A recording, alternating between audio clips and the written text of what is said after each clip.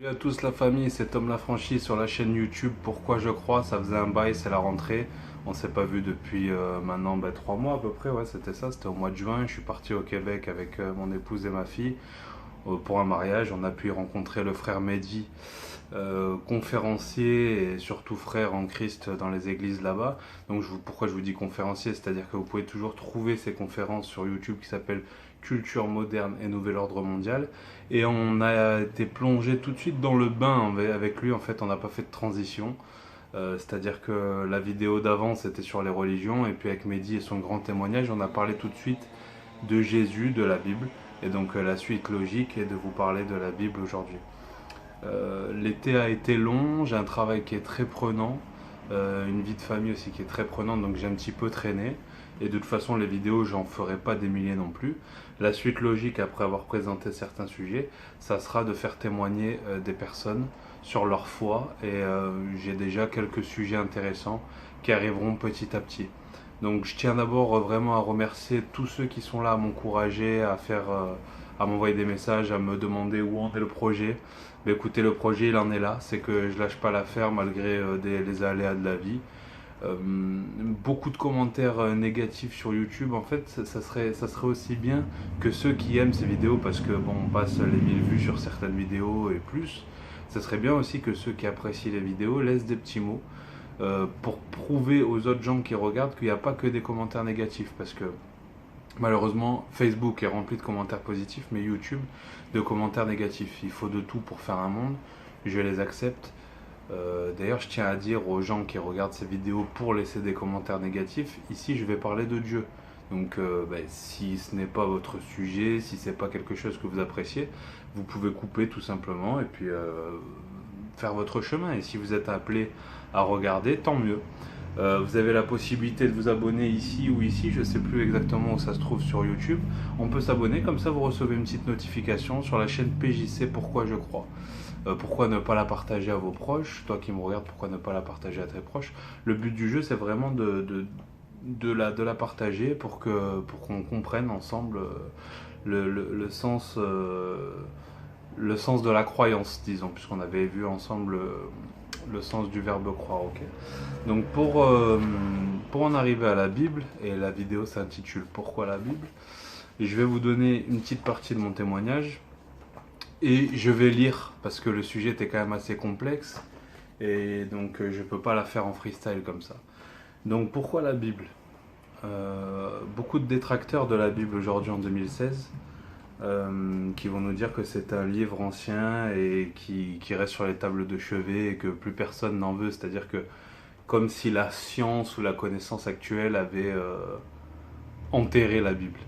Alors qu'en fait, pas du tout. Il faut se dire une chose, il faut se dire que 2000 ans, c'est pas beaucoup.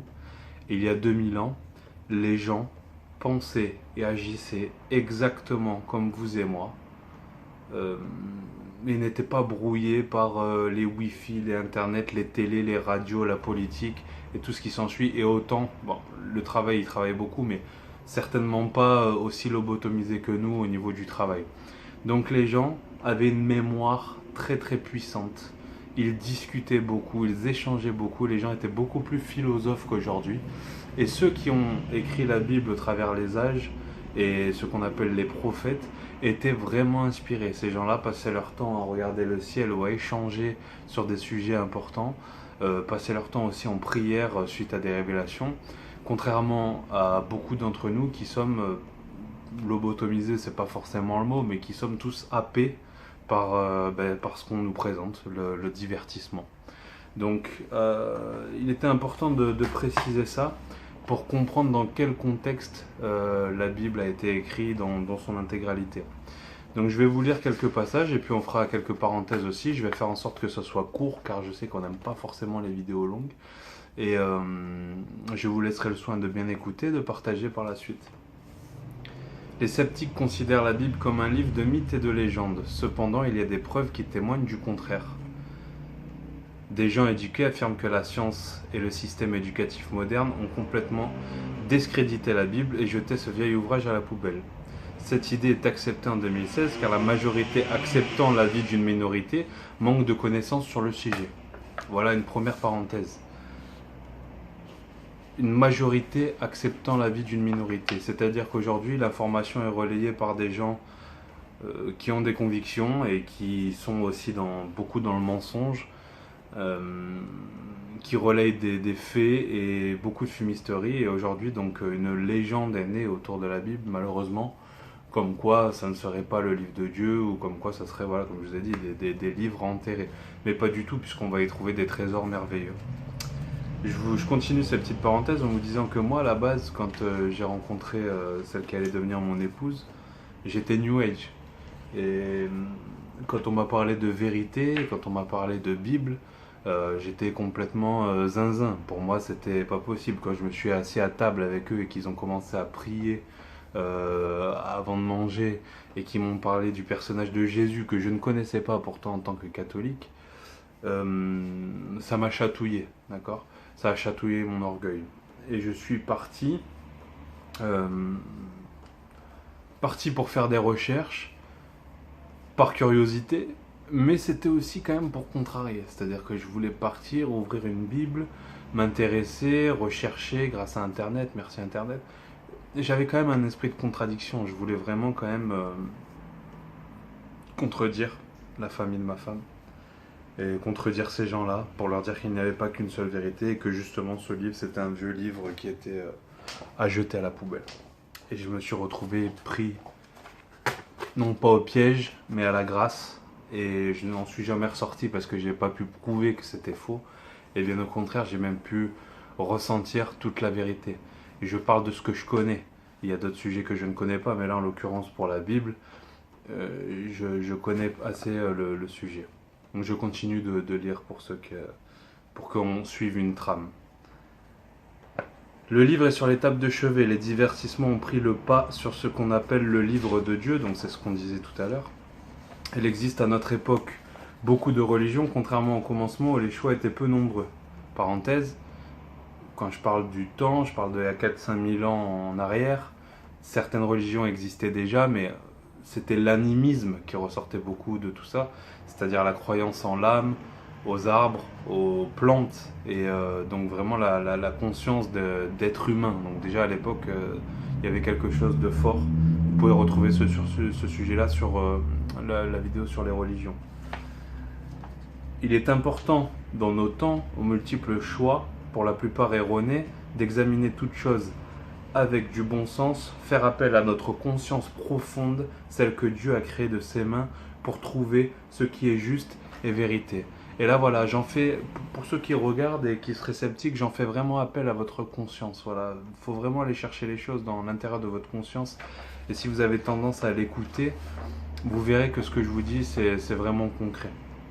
L'apôtre Paul au 1er siècle nous donnait déjà une parole forte: examinez toutes choses et retenez ce qui est bon.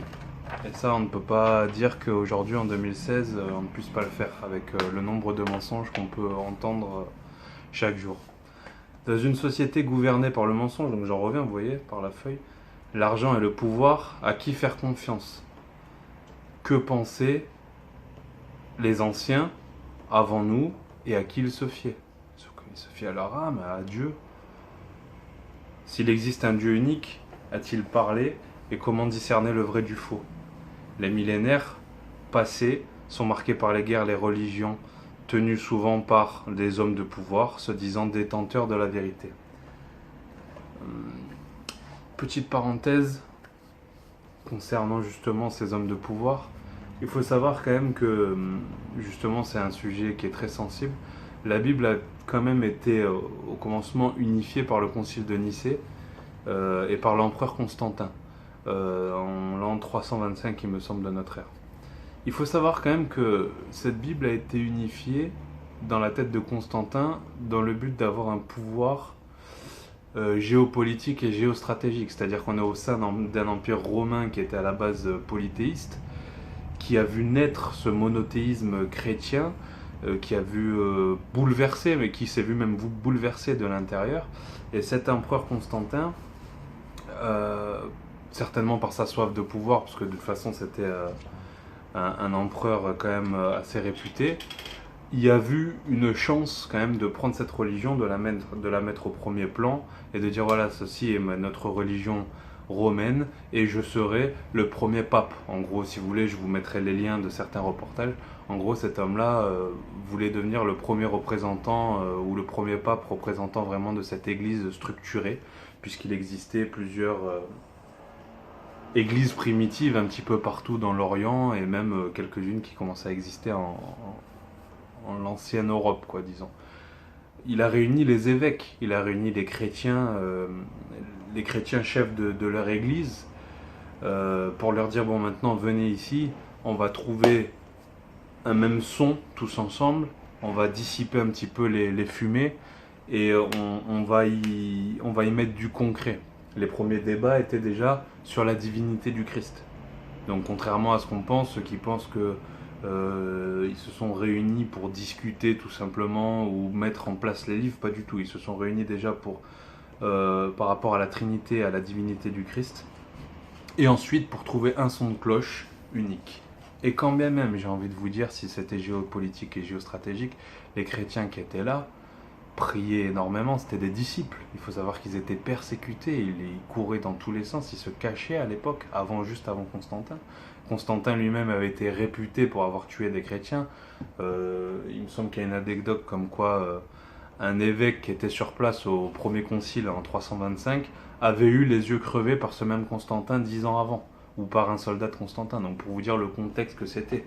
Mais ces gens-là étaient des fidèles disciples de Dieu et du Christ, priaient beaucoup, et quand bien même lui avait des mauvaises idées, la parole de Dieu a été unifiée.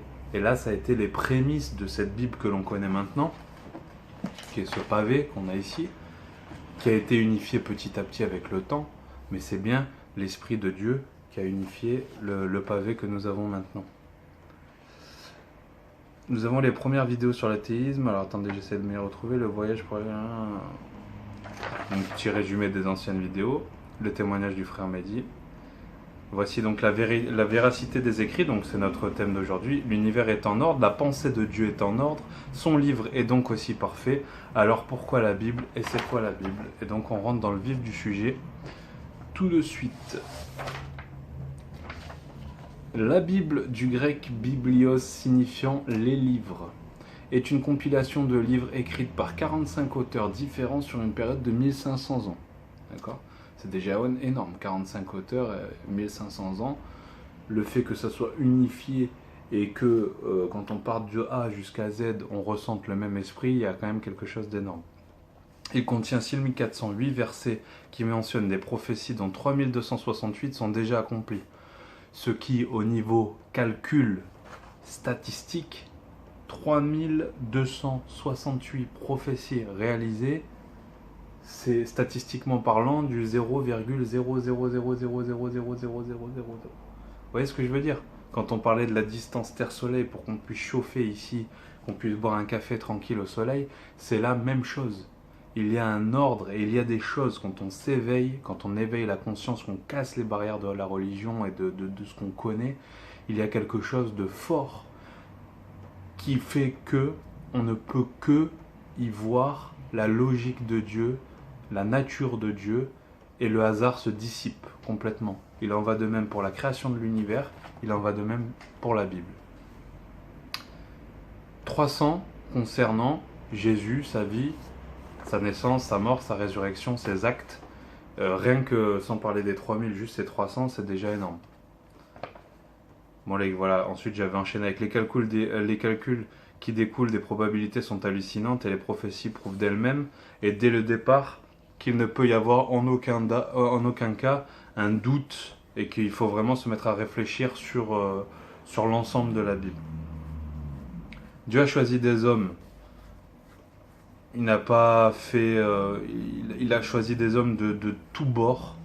On va en citer quelques-uns. On a Moïse formé à l'école des pharaons, on a Josué, un militaire de génie, on a David, un grand roi d'Israël, on a Amos, un berger, on a Pierre, un pêcheur, on a Luc, un médecin grec, ou encore Paul, un fabricant de tentes.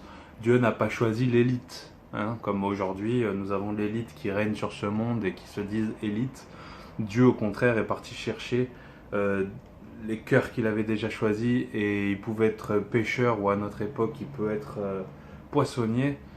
C'est pareil, il allait choisir des gens en qui on doit avoir confiance, car ils ont eu des grandes révélations.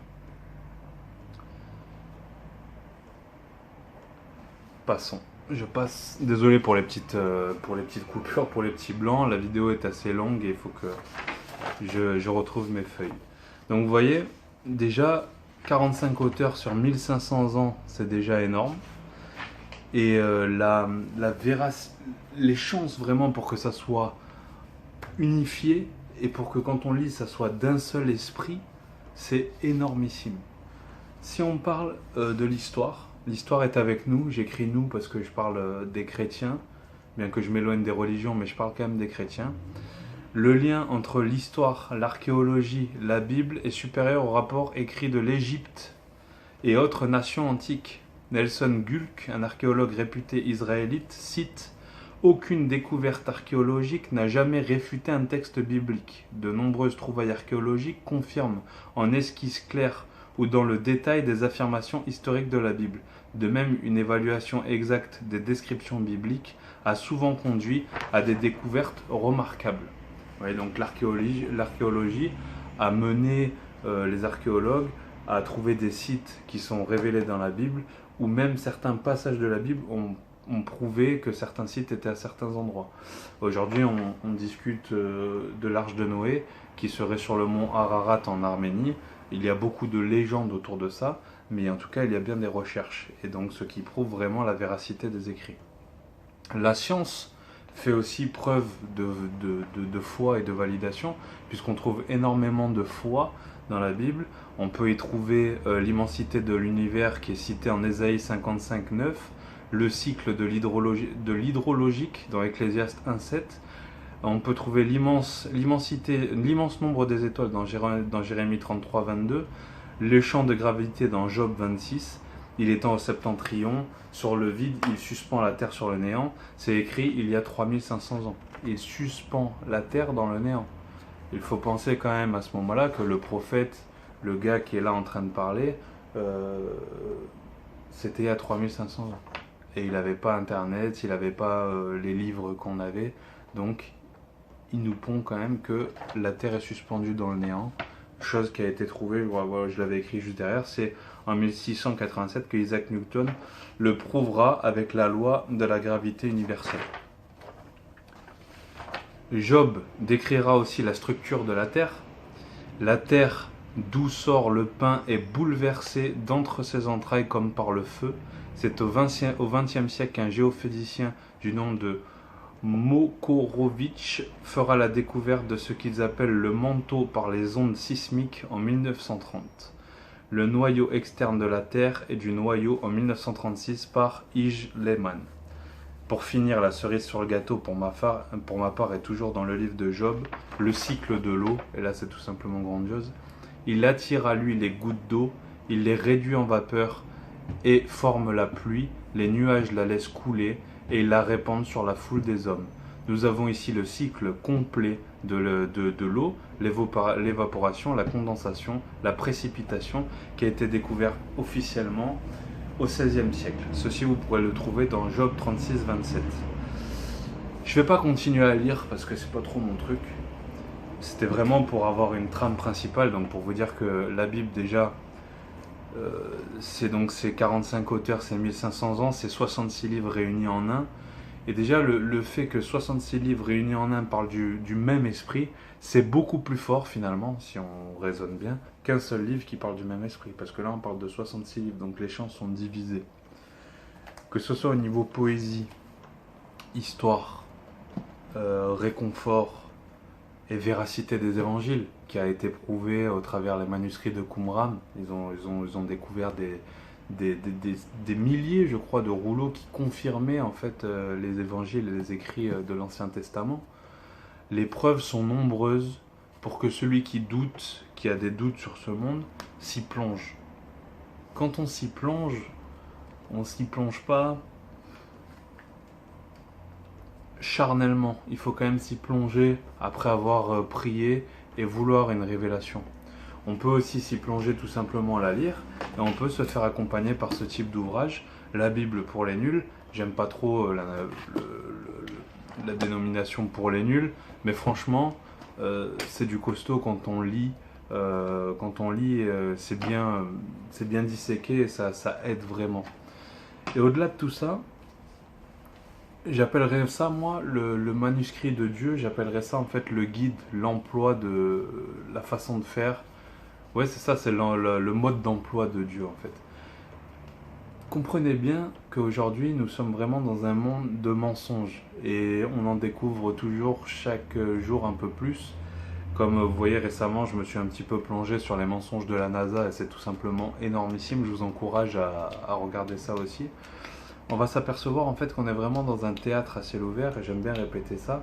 Et donc je pense qu'on peut aller se fier à des gens qui ont vécu pour écrire ce livre, qui sont morts pour écrire ce livre, en martyrs. En martyrs. Il y a des gens, pour réciter la parole de Dieu et pour témoigner de Jésus, qui sont morts la tête à l'envers sur des croix, jetés au lion.